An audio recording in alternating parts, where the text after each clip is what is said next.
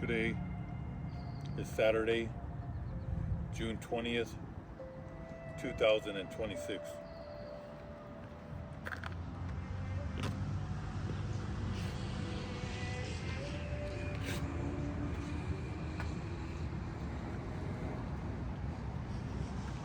All praises to the Most High God, Yahweh, Baha Hashem, Yahweh Shai, forever and ever, so let it be true.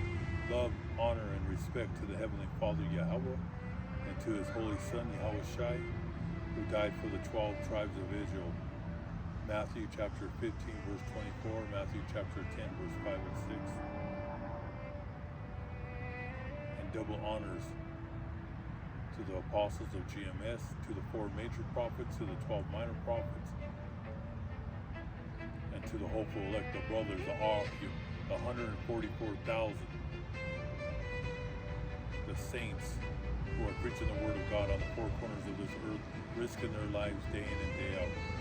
And peace and blessings, shalom, to all my brothers, sisters, and children who are watching this video. We're on another video. This one might be a long one. There's a lot of good information I'm going to bring out today. Before I came out, I let all you brothers and sisters know to get your house in order. Stock up supplies. Iran says it has closed the Strait of Hormuz over Israeli attacks in Lebanon. Iran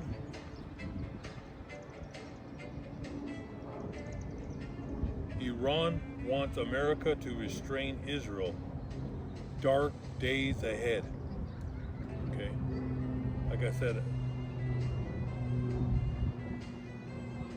you know, the people, you know, the rural people, they want peace. There ain't gonna be no peace. Okay, because the people, the powers, the wicked who rule this earth on the left-hand side, they serve Satan, and they love chaos. All right, they love war, bloodshed, anarchy. This war is not going to stop. Okay, we're in big trouble, and we're going to get into it today. America is in big trouble. I've been out here for hours putting this together. See, everybody's having a good time in this neighborhood. You know, people are roller skating on their skates, on their skateboards.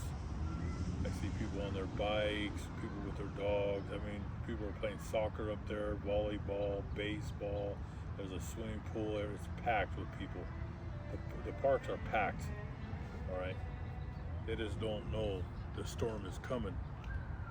So let's get into it. The dark days are ahead, and the Strait of Hormuz is closed again. Okay, this thing only lasts, I think, a couple days, but we're gonna get into it. There's a lot of reading over here, and I'm gonna tie it in with the Holy Book. So last week, let me see, when was it? June 14th, in the French Alps, they had the G7 summit.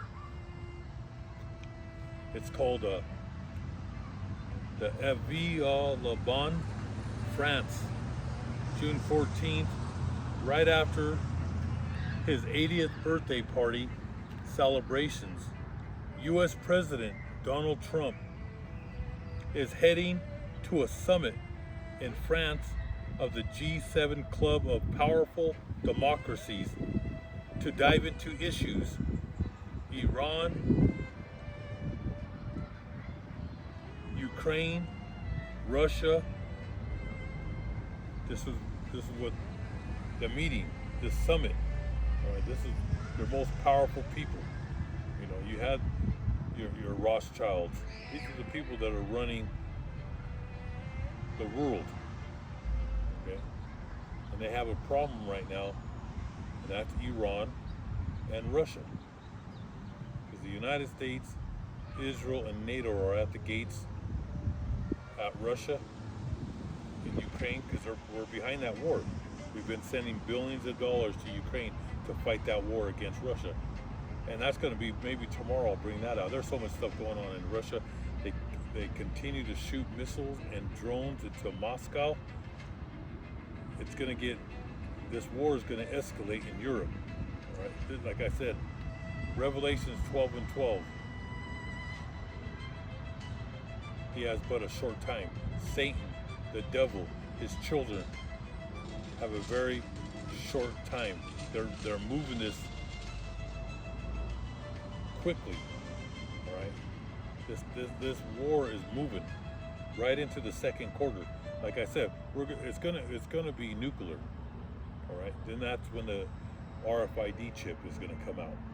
Okay. We're in the first quarter. We're about to enter the second quarter, and then after 2-3 cities get hit with a ICBM, with a nuclear missile, and that the whole world's going to be in shock and awe, and that's when they're going to push the devil's chip. Things are going to move.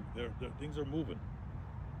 Okay, but the United States is losing this war, and Israel. All right, they're great at dropping bombs on people, at killing people with drones, but now they have an arch enemy, which is Iran and Russia. Russia's behind this war. All right, they're helping Iran with technology, with ICBM missiles, with satellite images, where to hit these precise hits that they're hitting inside Israel. How they destroyed all U.S. bases in the Middle East and Lebanon. They're killing those Amalekites every single day with drones. All right, but like I said, I knew this peace thing wasn't going to last. All right, it's just going to escalate. So in France, the Avis-au-Liban on June 14th. It says the G7 club of powerful democracies to dive into the issues of Iran, Ukraine, Russia, trade, and more that have been sources of friction with allies he will be meeting. So world leaders force Trump to surrender. Okay, this was in France. We're going to tie it in. It's going to tie in with Germany. Okay? Because right now, like I said, the Rothschilds, the Amalekites, the Zionists in Israel, they want this war, but they want a timeout. The United States, because we've depleted our munitions and our short-range missiles. I mean, there's a lot. We need another 6 months to a year, and then the attack is on. Okay, this is a fake peace. So the world leaders forced Trump to surrender, for a short time. The G7 summit and associated international events as a calculated effort by world leaders to undermine Donald Trump. Global powers are shifting toward a new order that isolates the United States. And this is Europe, because there's kings, and we're going to get into that. That's going to be a weak lesson. We're going to break down all the kings of Europe. And there's a division right now going on in NATO, okay? Where you have leaders, kings, like France, Spain, Portugal, Italy, that want to side with China. Because they can see that they're the new superpower. All right? But those Amalekites in Israel and the United States is not going to let that happen. All right? There's going to be a false flag. It's coming, okay? Because the people in the United States are waking up through the World Wide Web. They can see that Israel, they're a bunch of psychopaths. They don't want no peace still. All right? And see, they don't have the men to fight this war. Their men are being slaughtered in Lebanon. Remember, they invaded Lebanon. All right, and every time that the Lebanese Hezbollah kills their Israeli boys, Jew boys, get killed on the battlefield, they cry wolf. They play victim and said that it was all self-defense. Just like we were saying that over there in the Strait of Hormuz. We keep on saying it's all self-defense. How can it be self-defense when we're right off their border? They're not on our border. We're over there at their gates. But this is how they manipulate the population, the American civilians. They're always putting that narrative, self-defense. Same thing with Israel. They're saying self-defense, and they're in their territory, stealing mile by mile. It's a land grab. All right, that's the greater Israel. They have the audacity to say that self-defense. They have every right to defend themselves. It's like somebody breaking into your home with weapons of war, going from room to room, slapping and stomping on your family members, kicking them in their face, shooting them, and then when you shoot one of them, they cry wolf, they play victim and says, oh my God, this was self-defense, when they're in your home trying to slaughter your family. All right, the people Lebanon, they have every right to defend themselves, just like Iran, the ancient Persian Empire. They're showing the world that you can conquer, you can defeat this monster, these psychopaths that invade and cross over people's borders to destroy and steal. All right, they're fighting back, and they're winning. But a lot of the European leaders, these kings, they're turning against, and they're hating the whore. All right, and that's let's get that in the Holy Book of Revelations. Europe, at the end, is going to turn. They're the ancient beast. That's the Roman Empire, but it's in the Holy Book.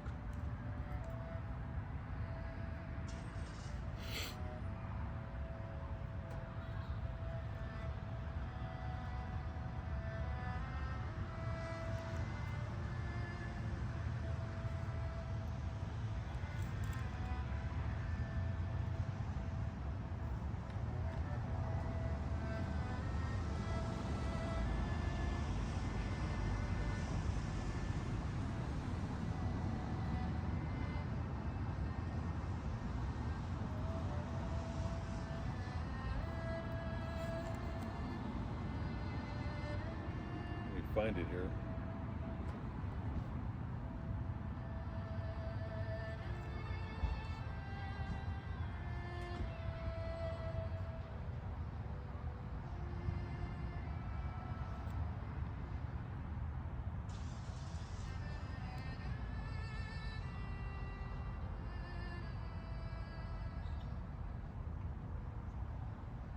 Okay, that's it right here. It says it's in the Holy Book of Revelation, chapter 17, verse 16, and it talks about the 10 horns. You saw, and the beast will hate the prostitute. They will take away everything she has and leave her naked. They will eat her flesh and destroy her with fire. That's with those nuclear missiles. So England and France has the ICBMs for NATO. Okay. Germany is no longer, after what happened in World War II, they're not allowed to have any ICBMs. Okay, so it went to France and England. They're the ones that are going to shoot missiles to America. And right now there's a division in Europe against the United States. They will hate the whore, the arrogance, the pride of the whore who sits on the beast.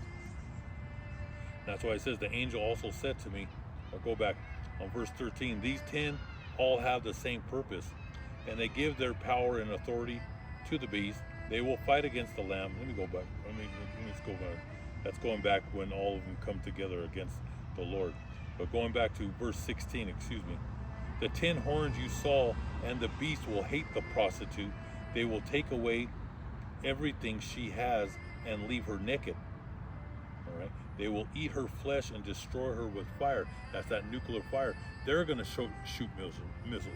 Not only Russia, Iran, and China, but the main missiles are going to be coming out of Russia. They have 7,000 to 10,000 ICBMs. But Europe at the end they're going to jump on the bandwagon and shoot missiles at America. And that's why he says, they will eat her flesh and destroy her with fire, for God has placed in their hearts the will to carry out his purpose. For Yahweh has placed in their hearts the will to carry out his purpose by acting together and giving to the beast their power to rule until God's words come true. And the woman that you saw is that great city that rules over the kings of the earth. And that's New York City, the Statue of Liberty, what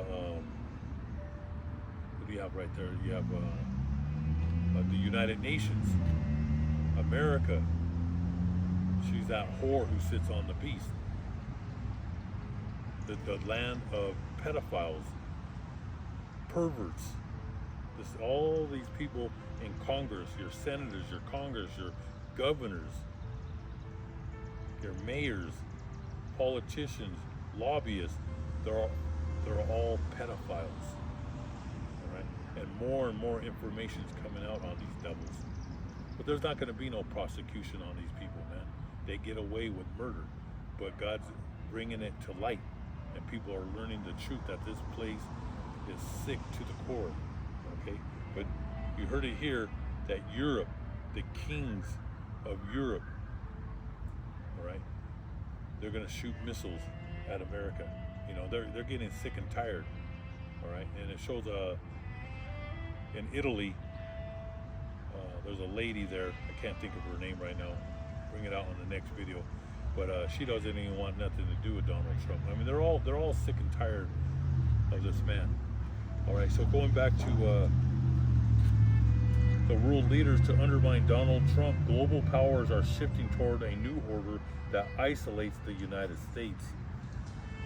So the Versailles surrender.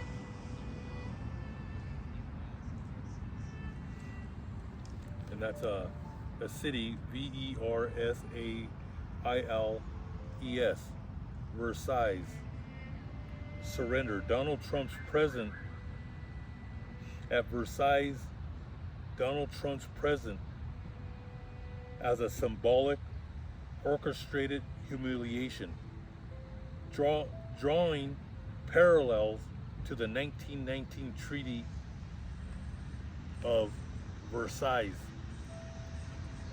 to suggest a forced acceptance of diminished American influence. What document did Trump sign at Versailles?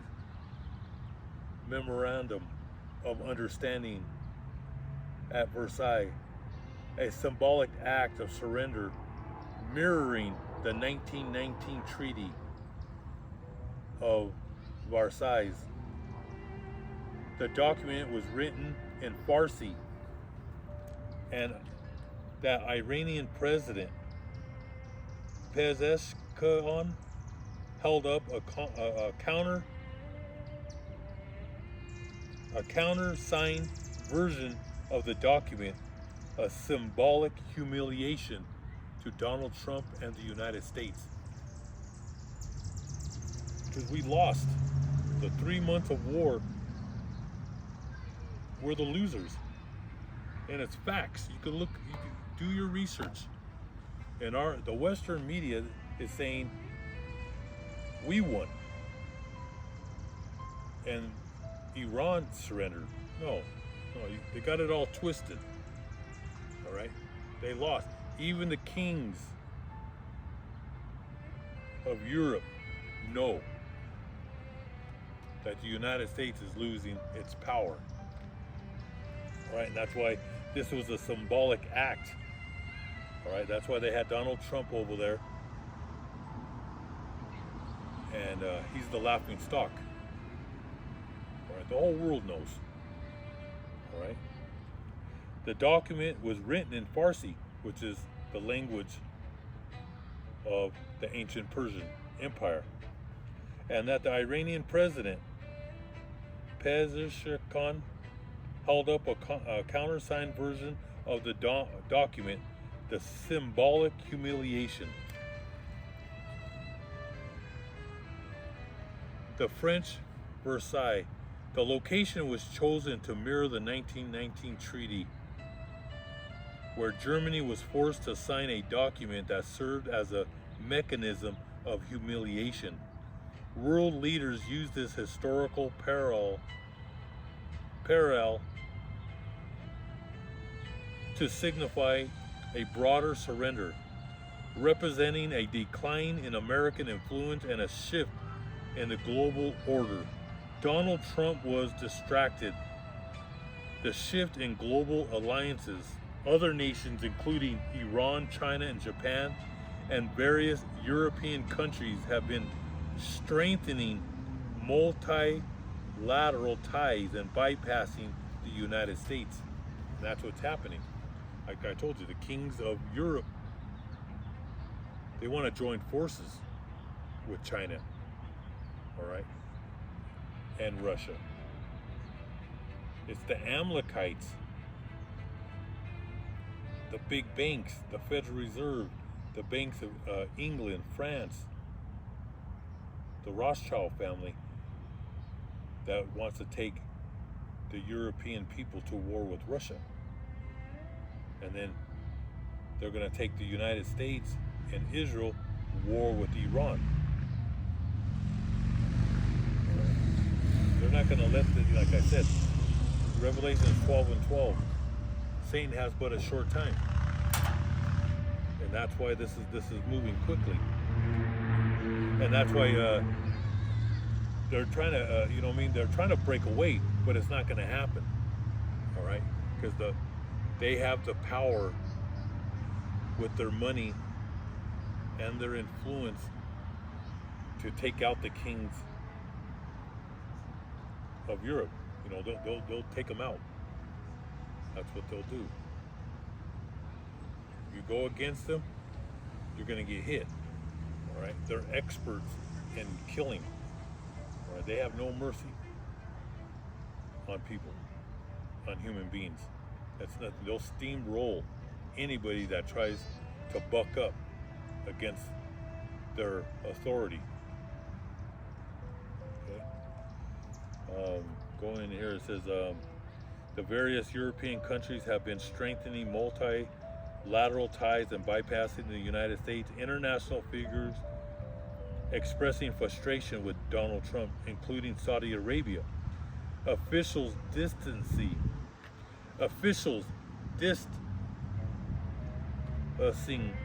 themselves from the United States.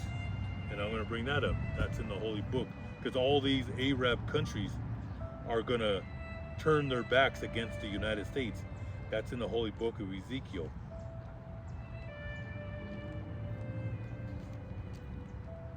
All these nations. That's Ezekiel chapter 38. And that's what it says right here in this article, including Saudi Arabia. They want to distance themselves from the United States. Bahrain, Jordan, all these Arabic countries that were in collusion with the United States with oil, they no longer feel safe. They're not protected. They got hit with missiles.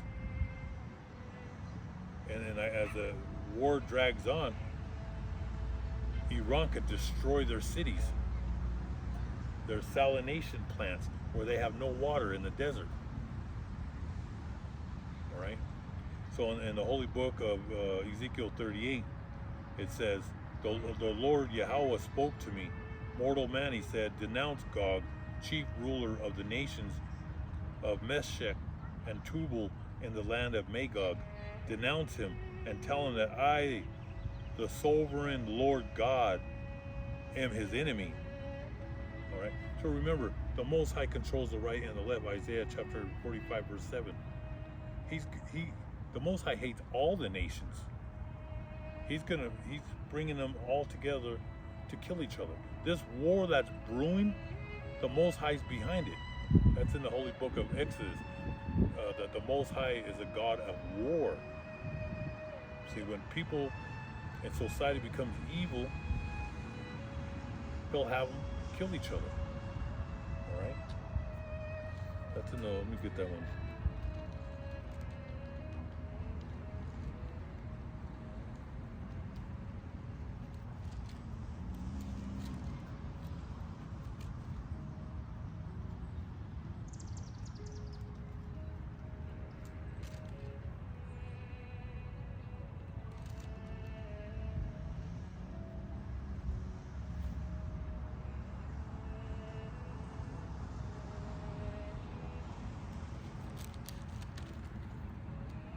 I haven't went to that scripture in a long time.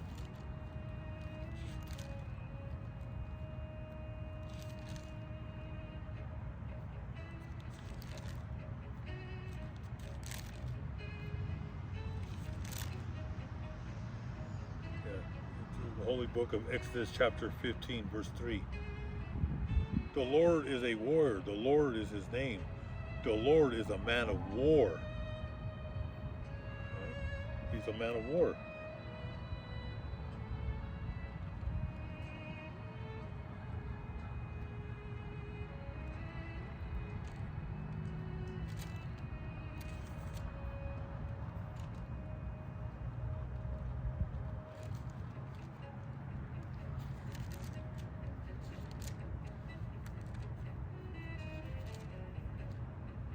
So going back to Ezekiel 38, he says, I will turn him around, put hooks in his jaws, and drag him and all his troops away. His army and his horses and his uniformed riders is enormous, and every soldier carries a shield and is armed with a sword. Men from Persia, which is Iran, Sudan, and Libya, are with them. All have shields and helmets, and the fighting men of the lands of Gomer and Beth Togarmah in the north are with him, and so all the men from many other nations. Tell him to get ready and to have all his troops ready at his command. Okay.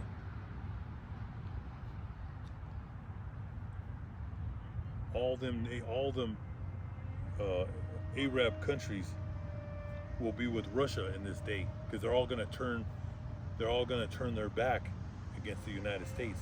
They've been making billions, trillions of dollars, okay, for decades with the oil, but at the end they're all going to join forces with Russia. And that's in the Holy Book of Obadiah, where God says the Lord will punish Edom. And we already know who Edom is Esau, all right, and that grandson, those Amalekites. And that's why he says the Lord has sent his messenger to the nations. We have heard his message. Get ready, let us go to war against Edom. The Lord says to Edom, this is the Most High, Yahweh Ba'Shem Yahushai, says to Edom, I will make you weak. Everyone will despise you. And that's happening right now with America and Israel. The world hates them with a perfect hatred. And Europeans are hating the whore because of her arrogance. It says, your pride has deceived you. The pride of your heart has deceived you. Your capital is a fortress of solid rock at Washington, D.C., the Pentagon, the Capitol. Your home is as high as the mountains, the biggest mountain, the biggest government. And so you say to yourself, who can ever pull me down? Who can ever pull me down? This is their arrogance. Even though you make your home as high as an eagle's nest, that they made it to to the moon, which they never made it there, so that it seems to be among the stars. Yet I will pull you down. Verse 7, this is it. Your allies have deceived you.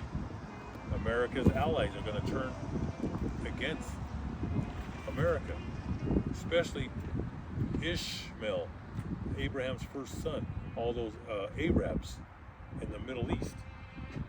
And then you got the ancient Persians, or the Medes and the Persian Empire. They're coming after Esau.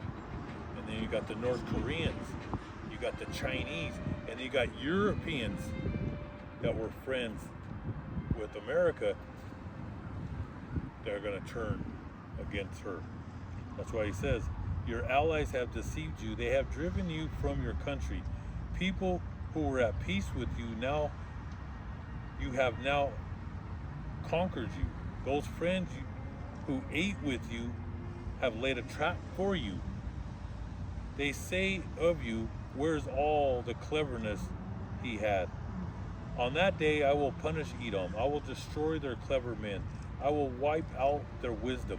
The fighting, and you can see that right now with the Congress, your senators, they have no wisdom. All right? There was a time back in the 1930s, 1940s, 1950s, the men back then, the Edomites, carried themselves and had more knowledge than today.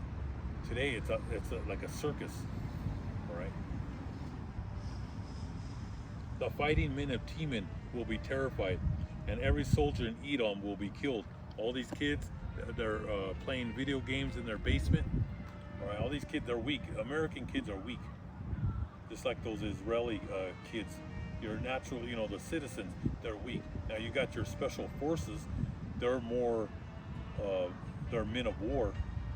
Your special forces, but your regular American teenagers are weak. All right, I just seen a video with a teacher. He said that his first year as a teacher and his last, he said he will never work in a school again. He said these kids can't write, they can't read. He said that their mind has been destroyed with these devices. All right, they're just weak. The American kids, they're weak. They're not out there training. They're not out exercising. The boys are in the basements eating pizza and playing video games day and night. They don't even know if it's day or night. And then the girls, they're all promiscuous, little sluts. Okay, dancing on tables, meeting up with boys, older boys. You got 12, 13-year-old girls that are meeting up with guys that are 19 or in their 20s. This is your America, all right? And these parents think it's normal to let their daughters walk out the house with jeans, baby dukes, mini skirts, see-through shirts. It's disgusting. That's why this place is going to get purged. But the war's coming, and they're going to be drafted, all right? And that's why I said the fighting men will be terrified, and every soldier in Edom will be killed, because you robbed and killed your brothers. Who did they rob and kill? Jacob. Since way back to now, payback is coming to America. All right. So going back to the United States, it says European countries have been strengthening multilateral ties and bypassing the United States. International figures expressing frustration with Trump, including Saudi Arabia.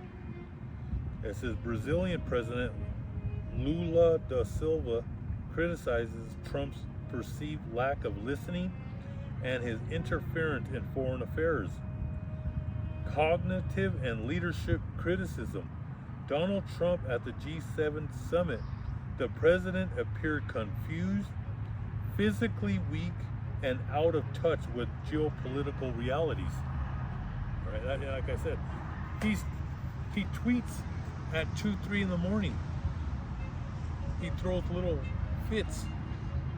I mean, the stuff that comes out of this man's mouth is disgusting. All right. Like I said, we're living in great times. And now, this one's going to be a good one. After they sign that agreement, he goes on TV and tells the United States, the American citizens, Donald J. Trump says, we won. We won. All right. Like I said, it's a circus at the White House. And everybody that he has following him, it's a circus. All right. It's comedy hour at the White House. He has the audacity to say, we won. A man driven by hubris, excessive hubristic pride, and often grandiose narcissism. In psychology, they may suffer from cognitive dissonance, where they desperately reshape reality to protect their ego and their self-worth. A bragger, a boaster, someone who excessively and loudly praises their own achievements or falsely claims triumphs to inflate their status. And he's the master of this. He's been saying since day one that the United States destroyed their Air Force, destroyed their army, destroyed their ships, tanks, destroyed their satellite, they destroyed everything. But we never took control of the Strait of Hormuz. And every day and week that went by, they were shooting down our fighter jets, our Apache helicopters. They destroyed all our satellites that they can't replace. It will take years to replace them because all those minerals go back to China. They hit over 20 U.S. bases. But everything that comes out of this man's mouth is lies. And that Pete Hegseth, that guy's a real clown. Or everybody he has following him, they're jumping ship, they're running for their lives, or some are still holding on. But every day, it's an embarrassment. But this man is a bragger, a boaster, all right? His pride, he's a narcissist, a psychopath, a sociopath. Excessively and loudly praises their own achievements or falsely claims triumphs to inflate their status. A sore loser, and he is a sore loser. He has too much pride to say that he lost. Even to this day, he's saying we're not going to give 10 cents, but they made the deal. That was the only way that Iran was going to sign this peace agreement, the ceasefire, was they want 300 billion to 1 trillion to rebuild. Remember, United States and Israel attacked. All right? But like I said, the whole world can see what's happening. He's a sore loser, someone who stubbornly refuses to accept defeat, often lashing out or making excuses to maintain their illusion. They are the winner. A revisionist, someone who intentionally alters the narrative of past events, rewriting history or the facts of a conflict to hide their own failure. Pyrrhic victory or strategic defeat, where the cost of war drastically outweighs the benefits. In geopolitical terms, this specific scenario maps directly to the outcome of the U.S. conflict with Iran. The claim and the reality. Following early U.S. and Israeli operations in Iran, the U.S. administration boasted of a rapid military success because they were trying to wrap it up in 3 days. They killed the Ayatollah and they wanted them to surrender so they could put a puppet government up. but it didn't happen. They fought back. It went from 3 days to 3 weeks to over 3 months, and the war continues. And America is in big trouble, because this war, there's articles that it was costing $1 to $2 billion a day. All right, they believe it could reach over the 3 months. It could be over money-wise, because we're going to have to pay it. Taxpayers, they're coming after your labor, and they're coming after your property taxes. All right, you're going to pay for the war. The Rothschilds don't pay for nothing. They've never picked up a broom, and they never picked up a shovel. You're going to clean up your own mess. You're going to have to bury your own children when they come back in body bags. You're going to have to dig up the grave and bury your own children, and you're going to pay for this war. Just remember what I told you. They're coming for everything that you have. Okay? Because you believe in the system. The only ones that are going to walk away free from this are the prophets, the 144,000, and the great multitude of brothers and sisters who obey the word of God. The rest of the people are doomed. The claim and reality. Following early U.S. and Israeli operations in Iran, the U.S. administration boasted of a rapid military success. However, Iran retaliated. Did you hear that? However, Iran retaliated with precise drone and missile strikes across the Middle East. Yes. They've been waiting. They've been waiting for this war for over 50 years because we've been at their gates. We're the troublemakers. We're the bully. We're in the Middle East bombing Iraq. All right? Bombing Syria. Bombing Gaza. Bombing Lebanon. Bombing Afghanistan. We dispersed millions of people. That's why Europe has a big problem right now with immigrants from the Middle East. But that was because of the United States and England. Right? Because remember, war is money. And during war, they trafficked children.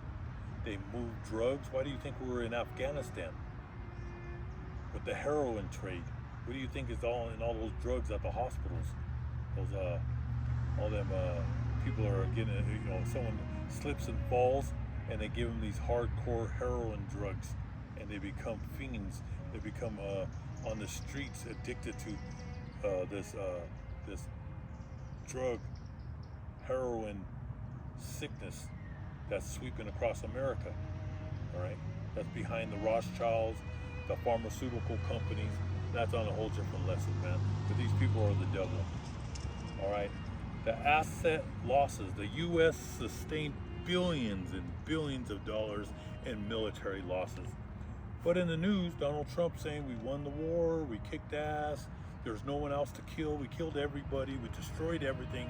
They just blew up empty buildings, and they killed a lot of children in school and elementary schools, and they bombed a lot of hospitals. They did kill a lot of civilians. I mean, this is war crimes. Same thing with those Zionists, those Amalekites. Remember I told you those imposters over there, right? They kill, they cross borders into Lebanon. They want Lebanon. They want Turkey because they believe the Eastern Roman Empire, Constantinople, belongs to the greater Israel. They want Egypt too. Like I said, they're on a rampage, and they're going to take your sons and daughters to this war. All right, but billions of dollars in military losses, satellites and aircraft, including valuable early warning missile defense systems, were damaged or destroyed. Radar planes like the 300 million E-3 Sentry, the THAAD missile defense systems were damaged or destroyed. Oil and the U.S. economy. Okay, now let's talk about gas prices. Gas prices went crazy. It was at $5 here. Now it dropped down $1 in the last, I would say, 10 days. That's because we've been using our reserves. Unbelievable. You don't supposed to use these reserves. Those are backup for like an economic collapse. um, a nuclear exchange. We've been using them, those reserves, for the last, I would say, what, 60 days? All right, because gas prices would have went up to $7, $8, $9, but we tapped into the reserves, and now they're almost gone. And that's the next thing we're gonna talk about that you're not seeing in the news. So going back to the oil and the U.S. economy, Americans are feeling it because diesel went up, and now everything at the grocery stores is up. Everything, you go buy a pair of shoes, I don't care what it is you find out there, it went up. Most things doubled. Okay, in the last 30 days, things have just went up 30, 50, 70%. That's why people are saying they can't handle this no more. And this has only been 3 months, a little over 3 months. So it says, oil and the U.S. economy resulting in a severe U.S. supply chain and energy vulnerabilities. The surrender and the deal, driven by the need to curb domestic inflation, the U.S. and Iran signed a memorandum of understanding to end the war. A central pillar of this peace plan included the setup of a minimum of $300 billion reconstruction fund for Iran. And then Donald has the audacity that we're not going to give 10 cents, which is all lies. It's all lies. And then he has this plan in his head, and he's saying everybody, Europe and his allies, are going to pay for the 300 billion to 1 trillion for the reconstruction. They're not even, Europe didn't even want to touch this. They didn't get involved for the whole 3 months. They didn't want to get involved because Iran has missiles that could hit every European country. They stood away. They seen this was a quagmire. They seen that this was not good. Right? But he has, in his brain, he thinks that everybody else is going to pay. They're not going to pay. It's going to be the U.S. taxpayer that's going to pay.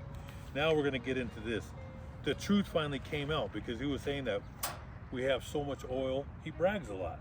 He said that we have more oil in the United States than Russia, than Saudi Arabia, the whole Middle East. He says we have more oil. But we dipped into our reserves. And then this came out of his mouth in that summit. There's an article, you can look it up. We run out of reserves in about 4 weeks. He finally came out with some truth, because 99% that comes out of his mouth is lies.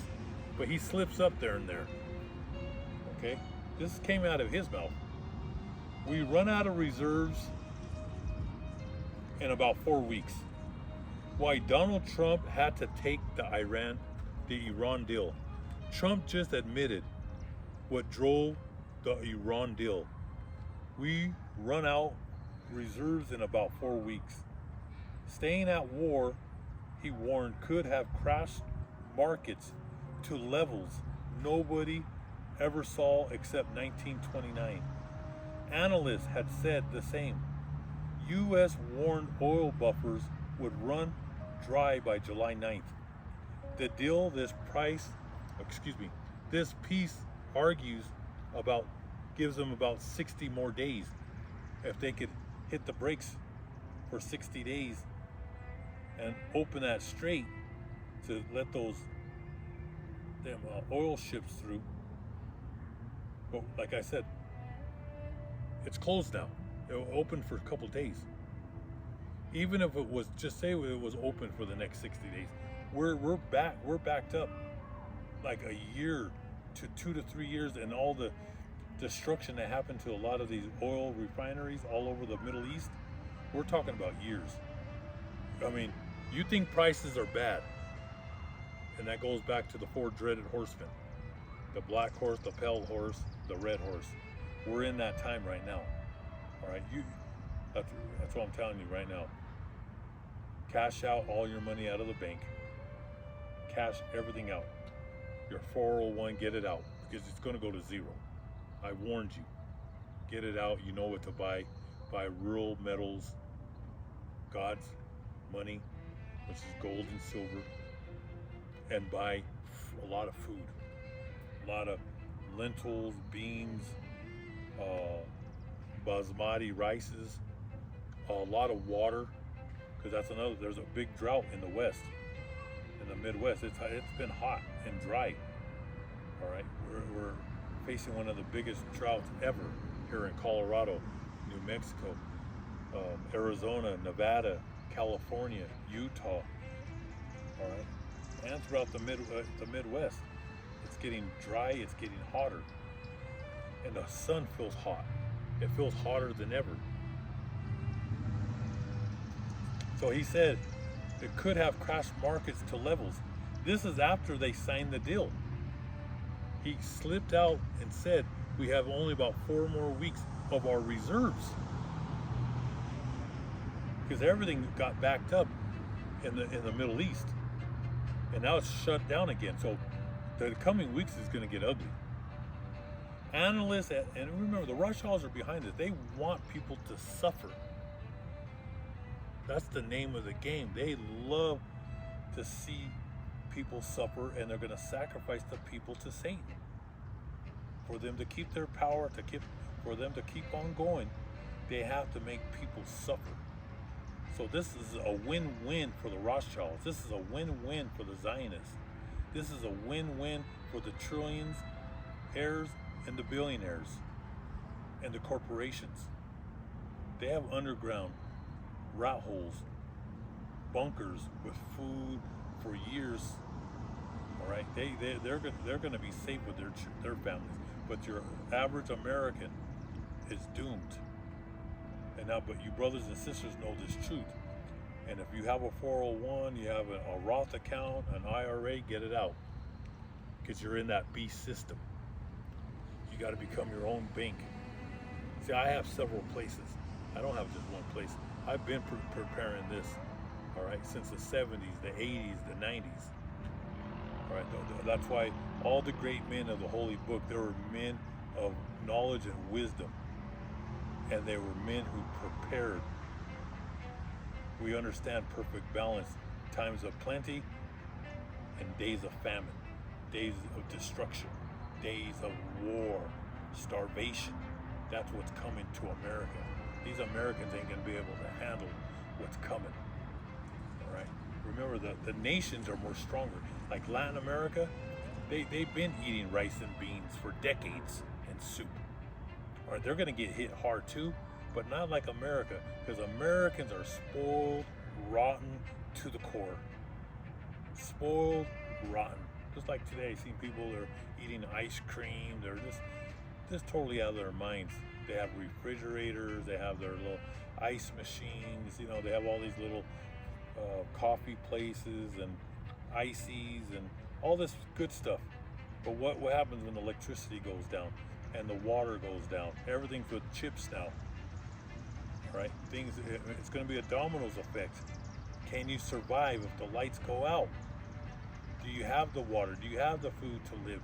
It's going to be chaos out here in the streets. All right? And look up this stuff. I'm not making this up. Look this stuff up, man. Nobody ever saw except 1929. This is going to be worse than 1929. Analysts had said the same. U.S. warned oil buffers would run dry by July 9th. The deal, this peace argues, brought about 60 days if they could keep the strait open. President Donald Trump stated that without the new agreement with Iran, global commercial oil inventories and strategic reserves could run out in roughly 4 weeks. The 4 weeks warning.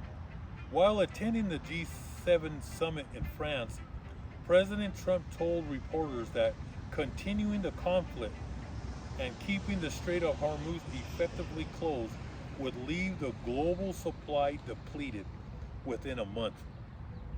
Within a month. He said this last week, just a few days ago, like Tuesday or Wednesday. Okay. So the clock is ticking. Now it's closed again. If the world abruptly ran out of oil, modern civilization would rapidly grind to a halt. Planes would be grounded, ships abandoned, and trucking networks shut down within a matter of weeks. Mass agriculture would fail, leading to global food shortages and widespread economic collapse. The sudden exhaustion of oil reserves and subsequent total crash would plunge the global economy into a disaster, likely exceeding the 1929 Great Depression. The cascading consequences include supply chain and trade stoppage. Over 90% of global transport relies on oil. Without it, shipping, rail freight, and delivery trucks stop. International trade would immediately collapse. Widespread food starvation. Modern agriculture depends on petroleum-powered tractors and petroleum-based fertilizers. Without them, mass food production ceases, which would trigger extreme food shortages globally. Critical utility failures. Diesel and fuel oil strictly required to operate heavy machinery, remote generators, and local delivery infrastructures. Loss of essentials goods. Oil is the fundamental raw material for plastics, synthetic materials, and vital pharmaceuticals. Hospitals and manufacturers would exhaust their supplies in mere weeks. Financial market destruction. The economic fallout would destroy consumer spending and corporate revenues.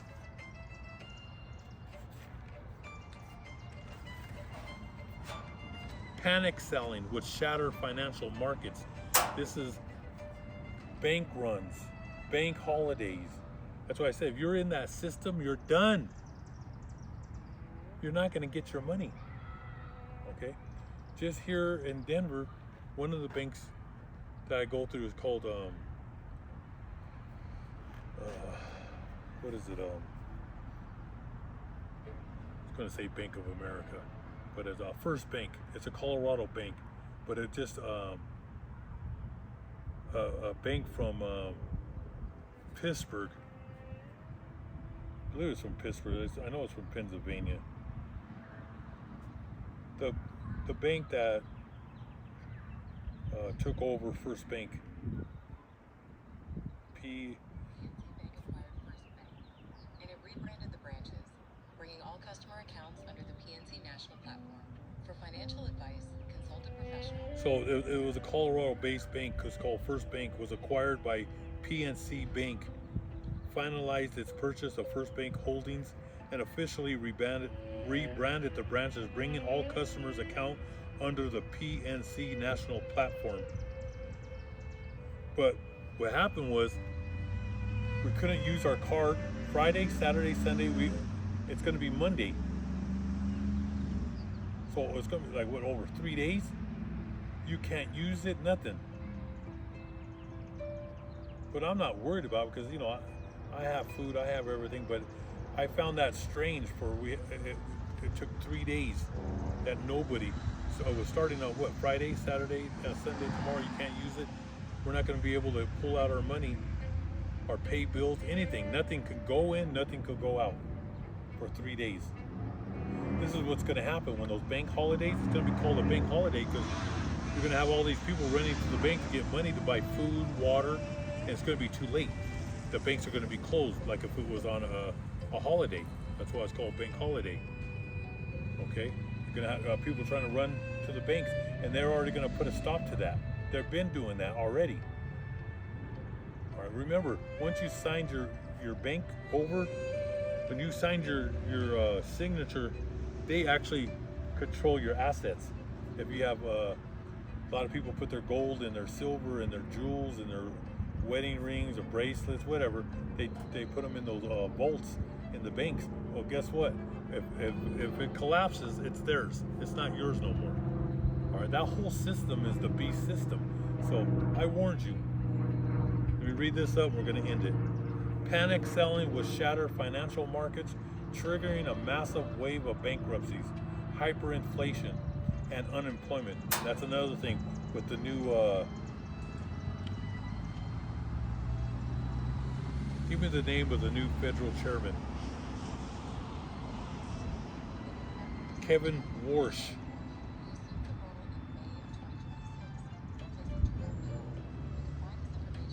Kevin Warsh is the current chairman of the Federal Reserve. He took oath of office on May 2026, succeeding Jerome Powell. You can review his biography, policy stances, but he's going to raise rates, okay, because inflation's already out of control. It's hot, and it's going into hyperinflation. Okay, they've been wanting Donald Trump. He wants them to cut rates, but if they cut rates, it's even good. That's what's going to trigger hyperinflation. So they need to try to slow it down. So they're going to start raising rates like it was in the 1970s. It went up to what, 19-20%.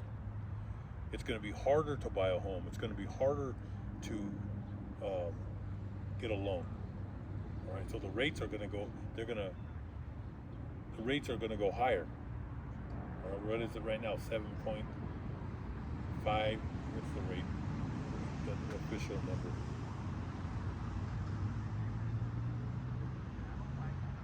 What's the rate right now to buy a home mortgage? The rates. Here's 7.6. The right time to buy a home depends on your financial situation. 30-year fixed mortgage rates are. It says it's hovering at 6.53. If you can comfortably afford the payments and plan to stay for at least 5 to 7 years, it's a good time. But if they add a point, that's going to be 7.5. Who knows how much it's going to get harder. Your mortgage payments are going to be higher. That's what's coming, and they can't stop this inflation. They're really going to have to start. They're going to have to raise rates. It's going to get such out of control. Okay, it's going to happen. All right, especially what's happening with that straight. I mean, the economy was bad before this war. This is just add fuel to the fire of this falling economy.